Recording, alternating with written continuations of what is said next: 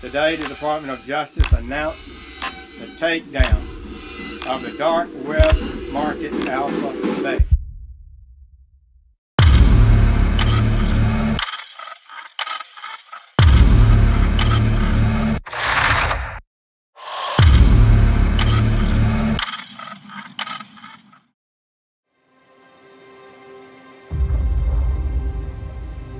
Las autoridades tailandesas, en cooperación con el FBI como parte de la Operación Bayonet, detienen en su casa a Alexandre Caces, un joven canadiense que estaba operando desde su habitación uno de los negocios clandestinos más fructíferos del planeta.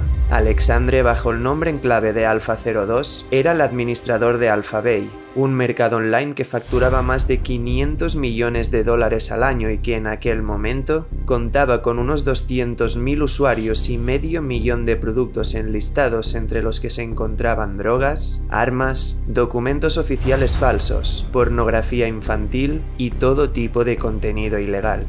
En cuanto lo atraparon y dispusieron de las claves, en una rueda de prensa en Washington liderada por Jeff Sessions, ex fiscal general de los Estados Unidos, el FBI comunicó que habían conseguido cerrar Alpha Bay, pero el mundo solo se hacía una pregunta: ¿cómo pudo un chico de 26 años llegar a poseer un patrimonio de 20 millones de dólares dirigiendo, desde su casa y con un simple portátil, un negocio de compraventa de bienes ilegales que consiguió operar a nivel internacional durante 3 años facturando millones de dólares burlando todas las acciones de los principales sistemas de inteligencia del mundo? La respuesta es muy simple y a la vez muy compleja. Alexandre Caces y su multimillonario negocio ilegal estaban escondidos en el anonimato que ofrecen las profundidades más oscuras de Internet. Todo este mercado se movía a través de las entrañas de la red, mediante sistemas que permiten brindar al usuario total privacidad. Una privacidad que ha sido, sigue y seguirá siendo usada, por desgracia, para conformar el que seguramente es el pozo más tenebroso que nos ha dejado nuestro irrefrenable progreso tecnológico: la maldición de la era digital. Alpha Bay era el mercado más grande de la famosa Dark Web. Cada minuto que pasa, 95 millones de fotos son publicadas en Instagram, 500.000 comentarios son publicados en Facebook, 300 horas de contenido son subidas a YouTube y 70 millones de mensajes son enviados a través de WhatsApp. En menos de 50 años, Internet ha dejado de ser una mera fantasía a dominar la sociedad en la que vivimos. Es una evidencia que Internet ha cambiado por completo el mundo en el que vivimos, el modo en el que nos comunicamos, el modo en el que aprendemos, el modo en el que nos entretenemos y el modo en el que comprendemos qué ocurre en el mundo. Pero toda moneda tiene su cruz. Internet también ha creado un mundo de falsedades, un mundo en el que estamos constantemente sometidos a inputs de información que nos bombardean a todas horas, que nos impiden ser capaces muchas veces de encontrar la línea entre la verdad y la mentira, y que nos llevan a vivir más sumergidos en el mundo digital que en el real. El estrés, las inseguridades personales, la difusión de fake news, el ciberacoso. El lado negativo de Internet es extenso, pero nada de lo que hemos mencionado puede compararse con la verdadera maldición de la era digital, porque silenciado y oculto, en las profundidades de la red se esconde todo un mundo donde se usa el absoluto anonimato para dar vía libre a la criminalidad y a la parte más oscura de la naturaleza humana. Un lugar donde todo vale. La Dark Web. Pero para comprender su naturaleza, debemos retroceder unos años en el pasado, hasta el propio origen de Internet. Agosto de 1962. Joseph Carl Robert Licklider, informático estadounidense considerado una de las figuras más importantes de la historia de la ciencia computacional, plantea una idea revolucionaria que, como siempre, fue considerada una simple fantasía: que los ordenadores, que hasta aquel entonces eran unidades individuales que simplemente realizaban tareas informáticas muy sencillas, pudieran hablar entre ellos. pero la Agencia de Proyectos de Investigación Avanzados de Defensa, más conocida por su acrónimo DARPA, una agencia del Departamento de Defensa de los Estados Unidos, vio en esta idea el siguiente paso en la evolución tecnológica de la humanidad. Y fue así como nació ARPANET, una red de computadoras que representó el predecesor de Internet. ARPANET pretendía ser un medio de comunicación entre las distintas instituciones académicas del país para así estimular y facilitar la investigación científica. Así, en 1969, se envió el primer mensaje a través de esta red precursora de Internet, el cual fue enviado desde un ordenador de la Universidad de California hasta la Universidad de Stanford. El mensaje enviado fue una sola palabra que seguramente te resulte familiar: login. Eso sí, solo consiguieron enviar lo antes de que el sistema crasheara. Pero no importó, acababan de demostrar que los ordenadores podían comunicarse entre ellos, y la historia estaba a punto de cambiar para siempre. Estábamos ya en la década de los años 70. Hay muchos ordenadores en muchos sitios, pero estos son máquinas solitarias que no pueden comunicarse entre ellas, pues el sistema usado tenía todavía muchas lagunas computacionales. Pero en este contexto, Vinton Cerf y Robert Kahn, científicos de la computación estadounidenses, desarrollan el modelo TCP/IP, un protocolo que describe el conjunto de guías para permitir que un equipo se comunique con una red. Una vez integrado en ARPANET, este protocolo permitía que la información fuera segmentada en lo que llamamos paquetes para así ser enviados de un sitio a otro. La tecnología funcionaba y empezamos a conocer ese sistema de comunicación intercomputacional como Internet. Y este sistema fue expandiéndose lenta, pero continuamente. Para el año 1984, había 1000 computadoras conectadas en el mundo. Para 1987, 10.000. Para 1989, 100.000. Cada vez éramos capaces de enviar más información entre más lugares. Pero nos habíamos quedado ahí. Internet era simplemente una herramienta de mensajería. De momento, no veíamos nada más allá de la posibilidad de enviar mails. Hasta que llegó Tim Berners-Lee, científico de la computación británico, que vio en Internet algo mucho más poderoso. Su voluntad era la de crear algo que permitiera a la gente en cualquier parte del mundo compartir información y tener acceso a ella a través de páginas que tuvieran una localización específica dentro de Internet. Y sobra decir que lo consiguió. Era el año 1991 y la World Wide Web acababa de nacer. La conectividad explota. El mundo se da cuenta del poder de Internet y al año siguiente ya había más de 1 millón de ordenadores conectados. Pero ya en aquel momento nos dimos cuenta de algo. Por la simple naturaleza de la conectividad a Internet, todo podía ser rastreado desde el mensajero hasta el destinatario, y creer que las grandes potencias iban a usar un sistema susceptible de ser interceptado por países enemigos es pecar de inocencia. Y Estados Unidos, como de costumbre, no tardó en abordar este problema de la privacidad. Mediados de los años 90, Internet con su World Wide Web está creciendo a un ritmo exponencial, obligando a las naciones a adaptarse a esta tecnología de la comunicación, pero también a enfrentar los problemas que la prácticamente nula privacidad estaba exponiendo. Por ello, Estados Unidos quiso desarrollar un sistema que protegiera sus comunicaciones. Así, en un proyecto del Laboratorio de Investigación Naval de Estados Unidos, el matemático estadounidense Paul Siverson y los científicos de la computación Michael Reed y David Goldschlag empiezan a trabajar en algo llamado Onion Routing, un sistema de comunicación a través de Internet donde se protegen los datos enviados cubriéndolos de varias capas de encriptación, como una cebolla. De ahí el nombre. Donde el mensaje original se encuentra en la región más interna. En lugar de hablar directamente con la página web que se quiere visitar, primero se habla con un intermediario, que va a hablar con otro intermediario, que va a hablar con otro intermediario, y así sucesivamente. Cada punto intermedio solo sabe de dónde viene y hacia dónde va el mensaje, pero no sabe nada de su contenido. Los científicos estadounidenses vieron que su sistema funcionaba. La absoluta privacidad era posible. Y fue así como en el año 2002 nació Tor, siglas de The Onion Routing. Pero rápidamente se dieron cuenta de algo. ¿De qué servía el anonimato si solo ellos podían ser anónimos? Para ocultarse de verdad en Internet, debían haber millones de personas usando su software. Y fue así como, en una acción que cambiaría para siempre la historia de Internet, el Departamento de Defensa de los Estados Unidos lanzó Tor al público. Bajo la promesa de total privacidad en la red, cualquier persona del mundo tuvo acceso a este software. Estados Unidos acababa de liberar a la bestia. Tor había sido ideado como un sistema para comunicarse de forma anónima y brindando una privacidad que los softwares normales de navegación web no podían ofrecer. Pero fue solo cuestión de tiempo que las personas se dieran cuenta de las posibilidades oscuras que ofrecía. Tor abría la puerta a un nuevo mundo dentro de Internet. La parte de Internet que usamos a diario es la Surface Web, que representa el 4% de todo el contenido que existe en la red. Wikipedia, Amazon, periódicos digitales, Facebook, todo aquel contenido no encriptado y que está indexado en los motores de búsqueda es Surface Web.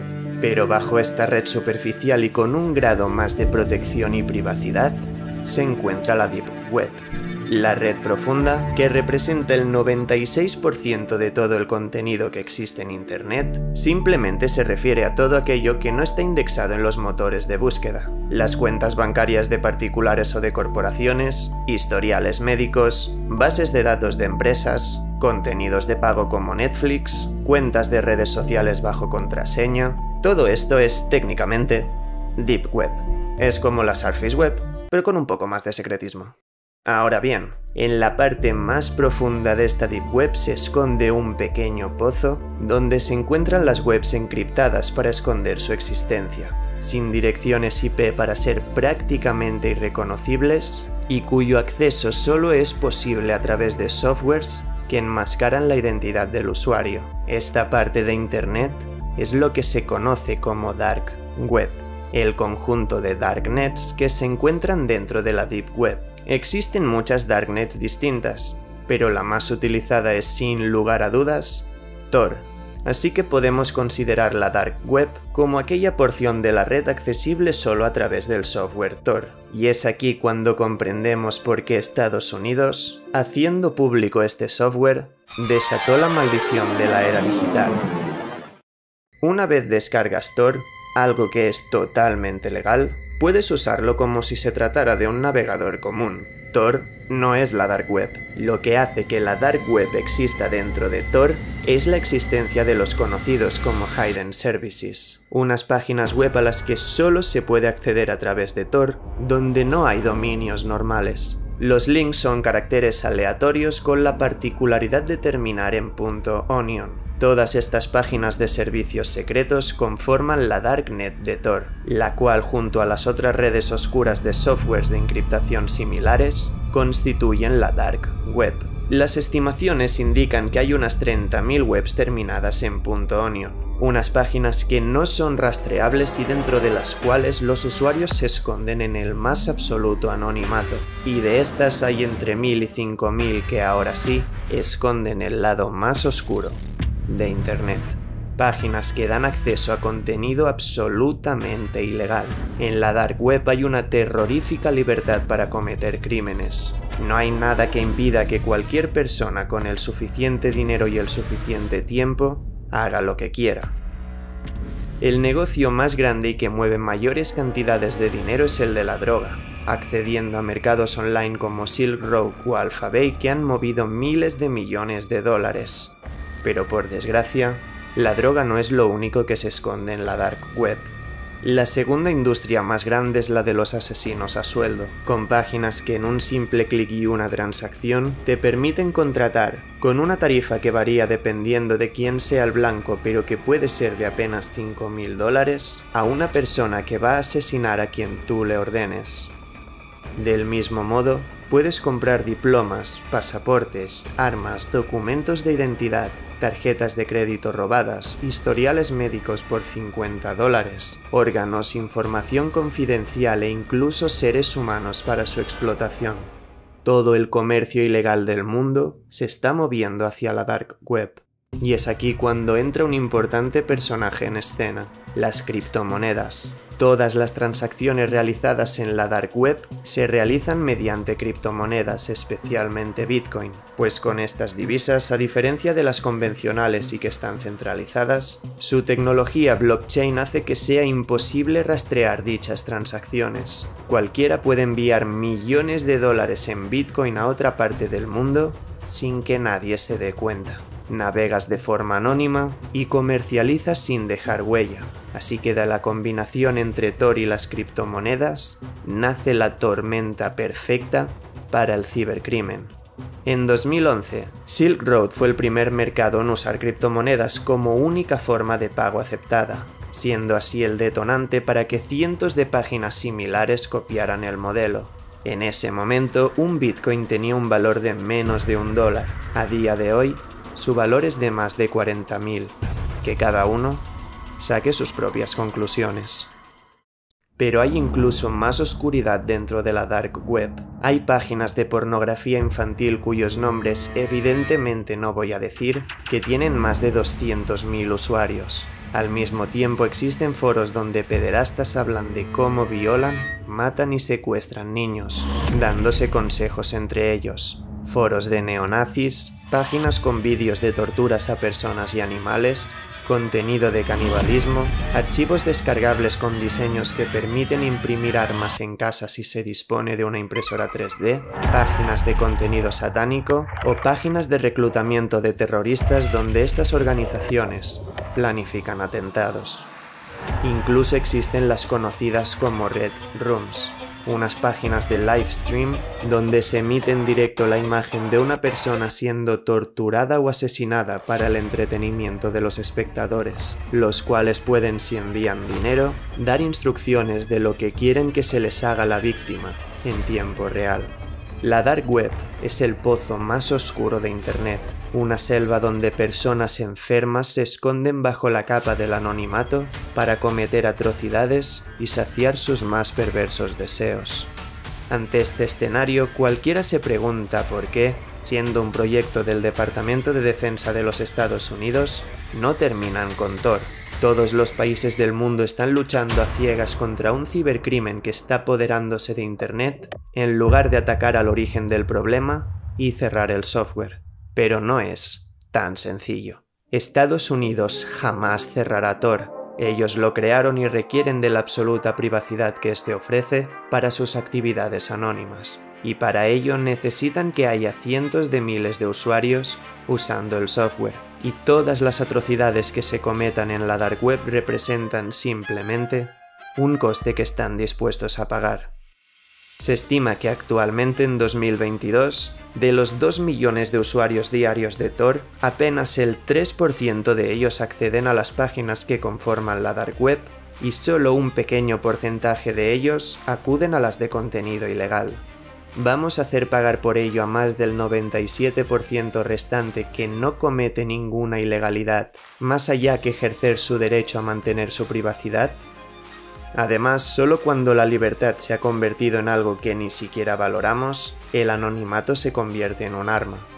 En lugares donde no eres libre de ser quien eres, que exista algo como Tor que te brinde anonimato, es algo que puede cambiar tu vida. En Occidente, es cierto que vemos la Dark Web como un lugar oscuro, pero en países menos afortunados, es precisamente el único lugar seguro en el infierno en el que viven. La privacidad que ofrece la Dark Web permite que personas que viven en regímenes opresores puedan ser ellas mismas y hablar libremente, que las organizaciones que promueven revueltas sociales puedan intercambiar información de forma segura, que los activistas del movimiento LGTB en países africanos y de Oriente Medio puedan dar a conocer al mundo la situación horrible en la que viven, y en definitiva, que encuentren en este anonimato absoluto en las profundidades de Internet una razón para seguir viviendo. Nada es blanco o negro, y la batalla por la privacidad la perdimos hace mucho tiempo. Lo que tenemos que hacer es redefinir el concepto de la misma, porque la Dark Web no es maligna. Quien tiene maldad son las personas, y sin demanda no habría oferta. No debemos silenciar la verdad de lo que está ocurriendo en las profundidades de Internet. pero tampoco jugar con el sensacionalismo. Internet se ha convertido en una maldición, y hay quien dice que toda posible civilización del universo se autodestruye como consecuencia de su propio progreso tecnológico. Veremos si estamos a las puertas del inicio de nuestro fin. Por ahora, solo hay una cosa clara, que la Dark Web, como todo, es una escala de grises, y que al fin y al cabo, por muy avanzados que seamos y por mucho que haya cambiado el mundo, todo se sigue reduciendo a la misma historia de siempre. La lucha entre la luz y la oscuridad.